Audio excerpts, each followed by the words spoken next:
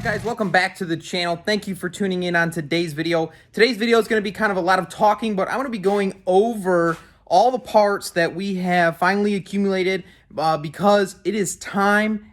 We have everything that we need to be able to take our block over to the machine shop and get everything squared away so that we can start getting this engine together. So I'm going to go over all of the parts that we have, and then what we're going to be getting done to the block as far as machine work goes, so that when we get it back from the machine shop, we can put the bottom end together, get everything sealed back up on the bottom end before we move on to the next stage, which is going to be the heads, injectors, turbo, H-pop, all that other fun stuff. So let's get into today's video.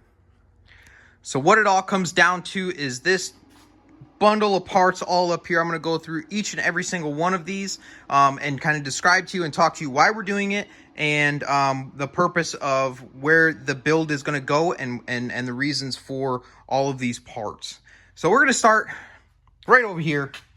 The first thing we're going to be getting is we have ARP main studs. So our main studs should secure our bed plate to our block. Moving up from there, we have our ARP 625s. Yes, these are the custom aged 625 head studs. This is what's going to secure our head to our block, so that we don't, hopefully, never have to worry about head gaskets ever. We're also going to be pairing these with a really cool set of heads, so very, very excited about that. Moving up here, we have our ARP balancer bolts. So our front crank balancer is going to be secured with ARP. We got these from RCD. Comes with lube and everything like that. Comes with your torque specs. And then this one here is another one from River City Diesel. ARP specs these out specifically for River City Diesel. These are for your rear crank adapter. There are 6 bolts on the rear of the crank. You can pull those out and install these. They have been kind of known to back off, so these will help with that and secure our adapter to the back side of the crank. Moving from there, we have our Ford OEM freeze plugs. There's a part number for that. We also have our Ford OEM cam bearings. We're going to have all new cam bearings. Get you guys the part number. Part number for that. Moving on from there, we do have our flex plate bolts. Of course, the ARP fasteners is the only way to go for any sort of extreme heavy duty type stuff. So, of course, we got the flex plate bolts. And then we also went with, we're going to be trying this one out. This is a Summit Racing flex plate. It's a heavy duty, extreme duty style. It is SFI rated, so I don't think we're going to have any sort of issues. I don't think we're going to be to the point where we're going to need to go to a billet flex plate. So this one is definitely much more affordable compared to other options. So yeah, we're going to be running this flex plate.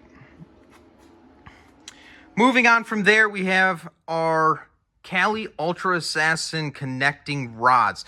These are a forged design with ARP rod bolts. They have been proven up over 1,800 horsepower. KC Turbo's truck at the Ultimate Callout Challenge did over 1,800 horsepower in their truck, and it had a set of these in there. So very stoked about that. Hopefully we will never have to worry about a rod issue in the truck. So just to kind of give you guys a closer look at the rods here. You can see they are a forged rod. Comes with your pin bushing up front here. And then, like I said, these are ARP bolts at the bottom down here. And then they have this sheet here for installation. And then one thing to really pay attention to here is right down here. Notice these rods are ready to install. No machining or weight adjusting needed. Attempts to alter these rods will eliminate the beneficial compressive stress that has been generated on the surface. So these will not be, any form of machining on these will affect these. So these are just basically ready for install. So we don't have to do anything crazy here.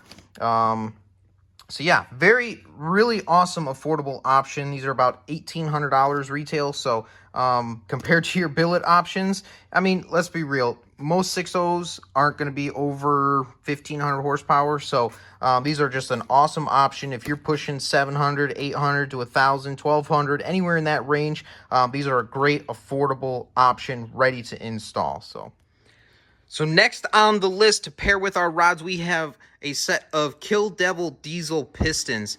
They start with a mal piston. You can see the skirts are coated. We also have the Kill Devil diesel coating on the top. They are delilped pistons, so normally there would be a lip in the side in here, so they've been grind back like that. And then what we also had Kill Devil diesel do is, in case we have to do any form of machining to the block surface, you know, a couple thousandths off the top of the block, I did have them do 10 thousandths reduced compression. So basically what that means is they took 10 thousandths off the top of these pistons to account for any machining that we're going to need to have done to the top of the block. Now, you can see we do have valve reliefs here. We did the 100 thousandths valve reliefs in the top.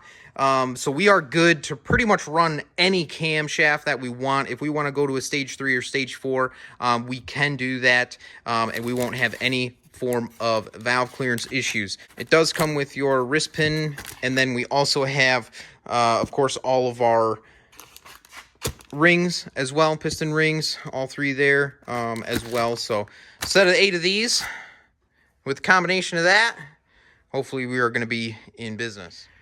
Moving on from there, we went with the River City Diesel billet low pressure oil pump gears. So it's actually just the inner gear that is billet. The middle one is the one that always explodes. The outside one doesn't really have any issues. This is the one that actually is driven directly off of your crankshaft. So you can see lifetime explosion guarantee. So we should be good for well over 4,000 RPMs with this billet low pressure oil pump. We also have a new front gear for that as well.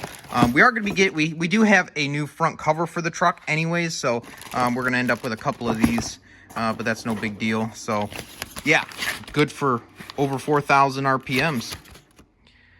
Next up on the list, we have a fluid dampener for our crankshaft balancer.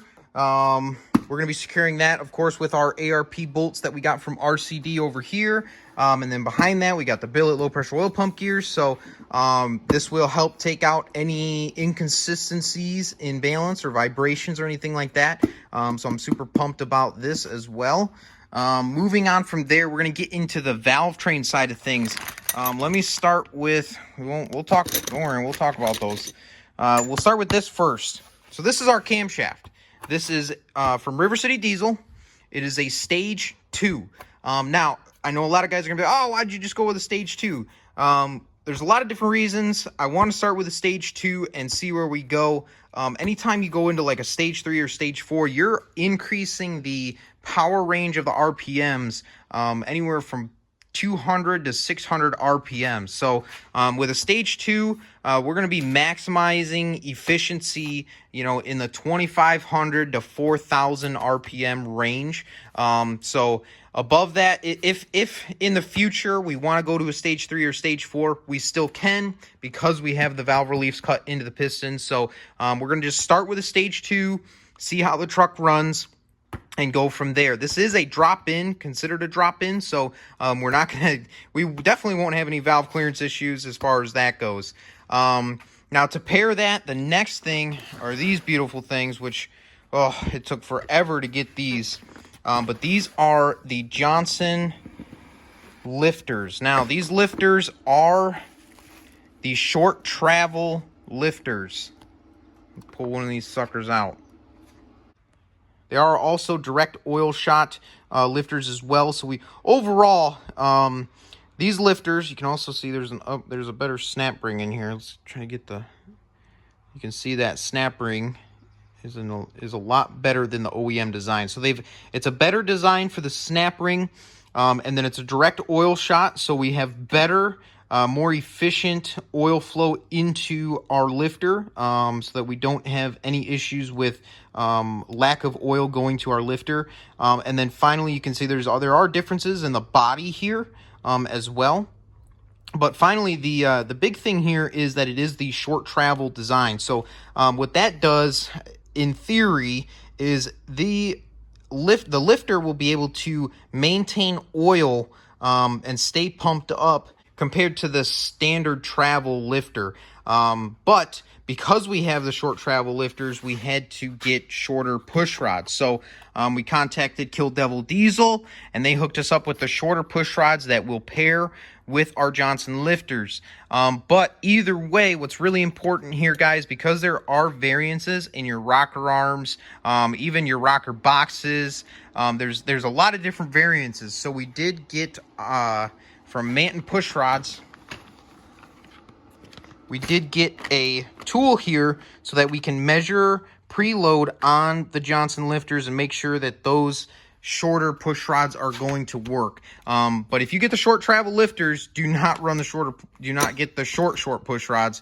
These are actually even shorter than your 6'4" updated push rods. So if you get the short travel, you have to make sure you contact KDD and make sure you get the shorter custom length push rods. So but we're going to verify our spring load tension on the lifter to make sure that yeah, we're not going to bottom those suckers out. So very, very important.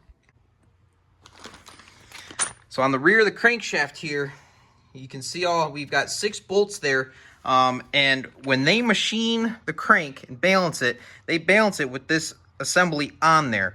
But these bolts have been known to stretch or even come loose. And so we're going to be going with the River City diesel bolts here that ARP specifically makes for River City to their specs. So we're going to be installing those to hopefully cure that issue. We're not going to use the fluid dampener for our balancing, but we are going to be using the stock one. Fluid dampener actually says do not use theirs if you're going to balance the bottom end. Use the factory one, so that's what we're going to be sending with the block. But when we get it back, this is going to be going on the truck. Now, as far as the machine work we're going to have done to the block, the first thing we're going to most likely have them do, hopefully we can just get away with having them polish the crank, and we don't have to run any oversized main bearings or rod bearings or anything like that. But hopefully just polish the crank. As far as our main studs, so our main studs are going to go here. These are the bolts. Those are all torqued down to factory spec right now. When they put the main studs in and you torque the main studs, you actually, the torque will actually distort the main bearing clearances. So it's very important to get the main bearings holes all Alignhoned. So when they do the main studs in this thing, they're going to have to Alignhone it to make sure that everything is still in round. So very important, if you go to main studs, you have to get the block Alignhoned. And then we have 20 over in each cylinder is going to be 20 over. They might have to take a couple thousandths off the top of the block. Honestly, I hope they do, just so that we can have a nice clean surface to start with. But they might take a couple thousandths off. That's no big deal because we have a 10 thousandths reduced pistons. So we don't have to worry about clearances or anything like that. I'm going to have them do all of our freeze plugs, and I'm going to have them do all of the cam bearings as well. So all of the cam bearings, just have them install it while the block is there. That way I don't have to worry about it, and we can just start going back together with it. And then, of course, last but not least, we're going to have the entire bottom end rebalanced. Everything's going to be nice and balanced. So rods, pistons, and crankshaft, along with all the components that go along with it. All of that stuff's going to be balanced, and ideally what's going to end up happening is they're going to mark each piston and rod accordingly to how they balanced it, so that when I get it back, basically it's going to be, check your clearances and start putting the engine together. I'm going to let them get the rod bearings and the crank main bearings. That way, if they do have to shave down the crankshaft a little bit, and I have to get oversized bearings or something like that, they'll just already have them for me, and we can just go ahead and move along with the assembly. So now I know some of you guys are going to be asking, okay, who are you going to have do all of your machine work? We're actually going to be taking it down to CNC Fab, which is so if I have any 7.3 followers, I know you guys probably know about CNC fabrication, but they also do a lot of other work as well on a lot of diesel engines, even gas engines. So they've got a killer machine shop down there, top of the line equipment as well. So they're relatively close to me. So we're going to go ahead. I've been talking to Corey for a little bit now, and we're going to go ahead and drop all this stuff down to him and let him do his magic down there and get everything squared away. So, yeah, I'm just ecstatic. So for all of you guys that have been waiting for a race truck update to see where we were at, yeah, this is where we're at. We've got all the parts. Now we can go ahead and get the machine work done on our block, get them all the parts that they need to be able to do that. And then when we get that back, we can start assembling the engine. We can get the bottom end together. I've got a new front cover already.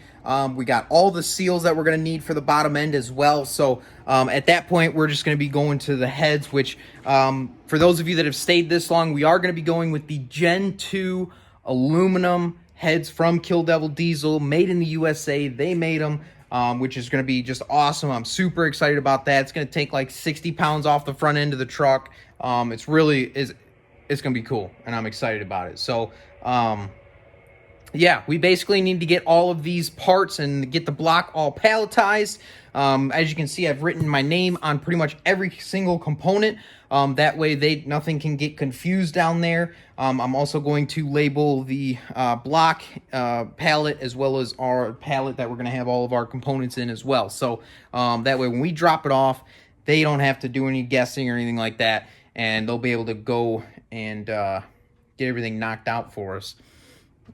I'm hoping, I'm going to talk to Corey a little bit and see if we can't finagle a way to maybe get a little bit of a shop tour down there, or maybe get a chance to talk to him a little bit and do some recording with him. But the biggest thing is, guys, is this wouldn't have been possible without you guys, and just very thankful and grateful. Everything was paid for through the channel, the Patreons, and the website, and so everything's going fantastic, and I'm excited about where everything's going. And yeah, appreciate everybody's support, and thank you for tuning in on today's video. A lot of content coming. Thank you. See you in the next one. Like, subscribe, leave a comment, and we'll see you guys in the next video.